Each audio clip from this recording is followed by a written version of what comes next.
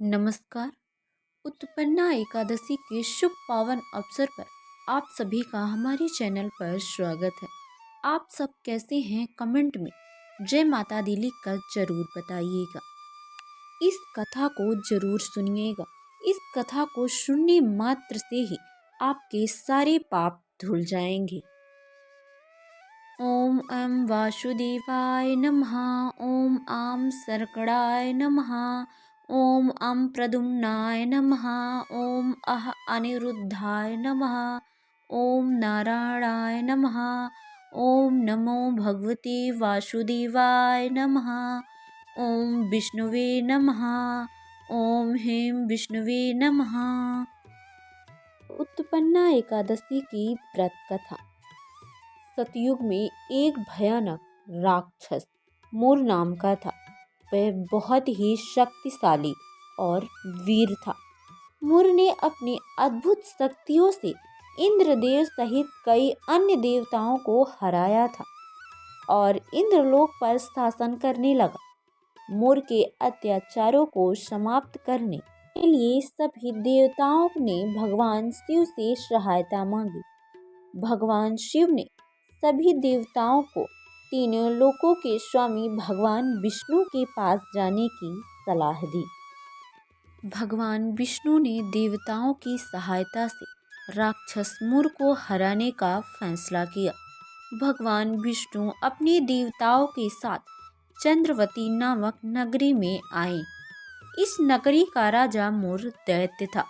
भगवान श्री हरि विष्णु एक ओर थे और राक्षस मुर दूसरी ओर अपनी पूरी सेना के साथ युद्ध करने को तैयार था। पौराणिक कथा के मुताबिक भगवान विष्णु ने अपने दिव्य चक्र और गदा से मुर की पूरी सेना को मार डाला, लेकिन भगवान विष्णु के सभी हथियार मुर राक्षस की शक्तियों के सामने असफल रहे। ना तो उनका चक्र ना ही उनकी गदा राक्षस मुर की गर्दन और शीश काट सकती थी। भगवान विष्णु और मुर के बीच लंबे समय तक युद्ध होने के बाद मल्ल युद्ध शुरू हुआ। मल्ल युद्ध में अस्त्र शस्त्र का इस्तेमाल नहीं किया जाता, बल्कि शारीरिक बल का प्रयोग होता है।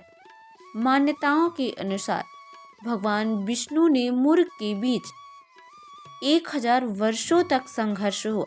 युद्ध जारी रहता देख भगवान विष्णु ने युद्ध को छोड़कर बद्रिकाश्रम में हेमवती गुफा में विश्राम करने चले गए। भगवान विष्णु का पीछा करते हुए राक्षस मुर बद्रिकाश्रम में पहुंचा। दानव मुर ने भगवान विष्णु को शयन करते हुए देखा और सोचा कि यह उचित समय है कि उन पर प्रहार कर सके। तभी राक्षस मुर के अंदर ऐसी भावना का प्रतिकार करने भगवान विष्णु ने दिव्य शरीर से एक शक्तिशाली कन्या प्रकट हुई। वह कन्या गौरवशाली और शक्तिशाली थी और भगवान विष्णु की रक्षा करने के लिए बहुत से अस्त्र शस्त्रों से सुसज्जित थी। भगवान विष्णु की इस देवी स्त्री ने मुर को युद्ध में हराया और उनके शीश काट कर उसका वध कर दिया। उस कन्या के अद्भुत शक्ति की सभी देवताओं ने प्रशंसा की। जब भगवान विष्णु निद्रा से उठे, वे अपनी शक्ति को नहीं जानते थे, इसलिए उन्होंने कन्या से अपना परिचय देने का आग्रह किया। कन्या ने अपना परिचय देते हुए बताया कि वह भगवान विष्णु की योग माया से उत्पन्न हुई है। विष्णु भगवान ने उनकी स्त्री शक्ति से बहुत प्रसन्न होकर उनसे इस महान काम के लिए वरदान मांगने का आग्रह किया। श्री हरि की बात सुनकर उस दैवी कन्या ने कहा, कृपया मुझे ऐसी शक्ति प्रदान करें जिसके प्रभाव से मेरे निम्मति व्रत का पालन करने वालों के समस्त प्रकार के पाप नष्ट हो जाएं तथा उन्हें मोक्ष प्राप्त हो जाए।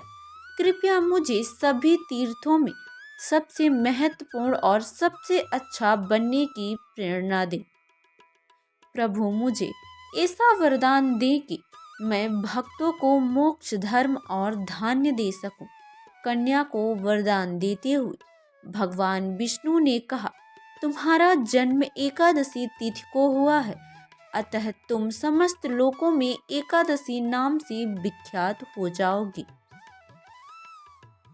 तुम हर युग में न केवल मनुष्यों द्वारा बल्कि देवताओं द्वारा पूजी जाओगी।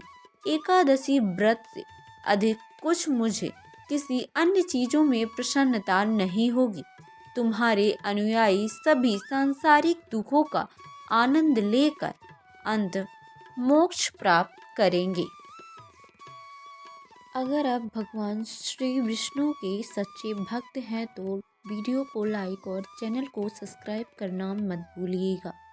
धन्यवाद।